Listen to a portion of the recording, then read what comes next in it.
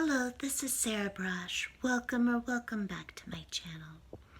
So I just want to do a video. I was in a state of shock. It was just a couple of days ago, and I really couldn't believe it. But the LA Times kicked off 2021 by publishing yet again what amounts to a death threat against me. So it was published by some, I think, little known filmmaker. I didn't recognize her name. But this is the fault of the LA Times. And then, of course, Yahoo News republished it, the same death threat from the LA Times against me. So this is just completely and absolutely disgusting. It's disgusting. It's mind-blowing that the LA Times would do this. The LA Times, I've spoken with them. I've spoken with them multiple times. I've spoken with news reporters. I've spoken with opinion writers for the LA Times, editors of the LA Times. I've spoken with numerous people at the LA Times. So also, and so they 100% know that I am the entirely innocent victim of the Living or Not Being While Black hate crime hoax at Yale. They 100% know this. They 100% know that I am an entirely innocent anti-racism Yale grad student, that I'm a lifelong human and civil rights activist, that I'm a licensed attorney. They know all of this. They know that it was a hate crime hoax. They know that the Yale administration and campus police were complicit and led the subsequent global defamation and vilification campaign and witch hunt against me that almost got me killed. They know that I've been in hiding for almost 3 years. They know that I've been deluged by death threats and rape threats. And for almost 3 years, they know that I almost killed myself countless times during the past 3 years. The LA Times knows all of this. And also, I know for a fact, this was something that I had published a YouTube video about and then removed it at the request of Kathy Young. But Kathy Young actually submitted an essay about me largely correcting the record and submitted it to the LA Times. And then at the very last second, the LA Times opinion editor, to whom Kathy Young had submitted this essay, pulled it and didn't use it, didn't publish it. So I have many reasons to know for a fact that the LA Times 100% knows that I'm the completely innocent victim of the Living or Not Being While Black hate crime hoax at Yale, that I almost died as a result of the witch hunt that was perpetrated against me at Yale.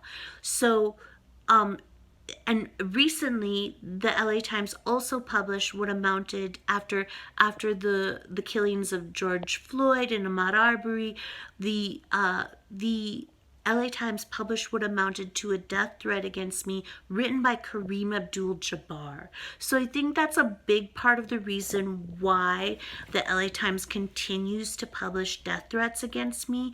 And when you are defaming someone as a genocidal villain who lynches black students at Yale, you are trying to get them killed. That is a death threat.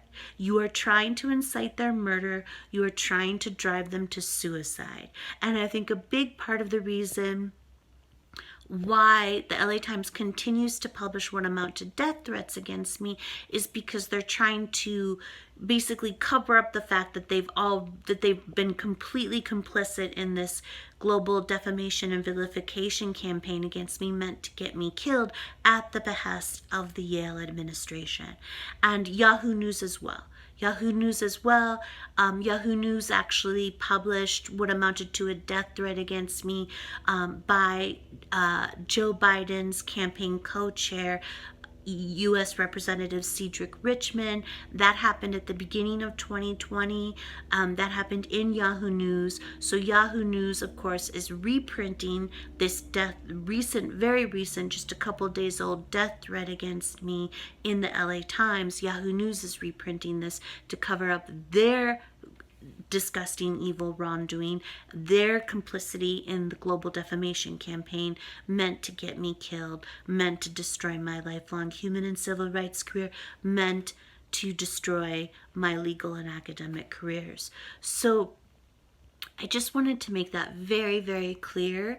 It is now almost 3 years after the Living or Napping While Black hate crime hoax at Yale. The truth is out. It is common knowledge that I am the entirely innocent victim thereof. And everyone knows now what this has done to me, how it has devastated my life, how this almost got me killed.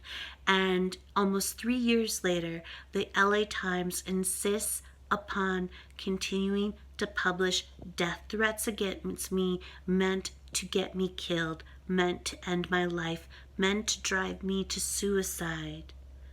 And I want the whole world to know this, okay? So please donate to my legal fund. I'll have all of my fundraising sites below.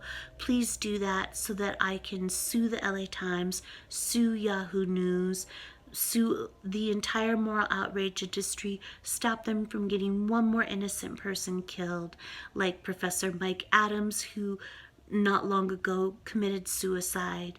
And we have to stop cancel culture. We have to stop trial by Twitter without due process. We have to restore due process, equal protection, free speech, civil liberties at Yale, at Smith College, everywhere. All right. Thank you so much for listening. Please donate to my legal fund. I'll have all of my GoFundMe page below, my PayPal me link below, and the page to pay directly to my attorney's Randazza Legal Group below. All right. I love you all so much. Thank you so much. Have a great night.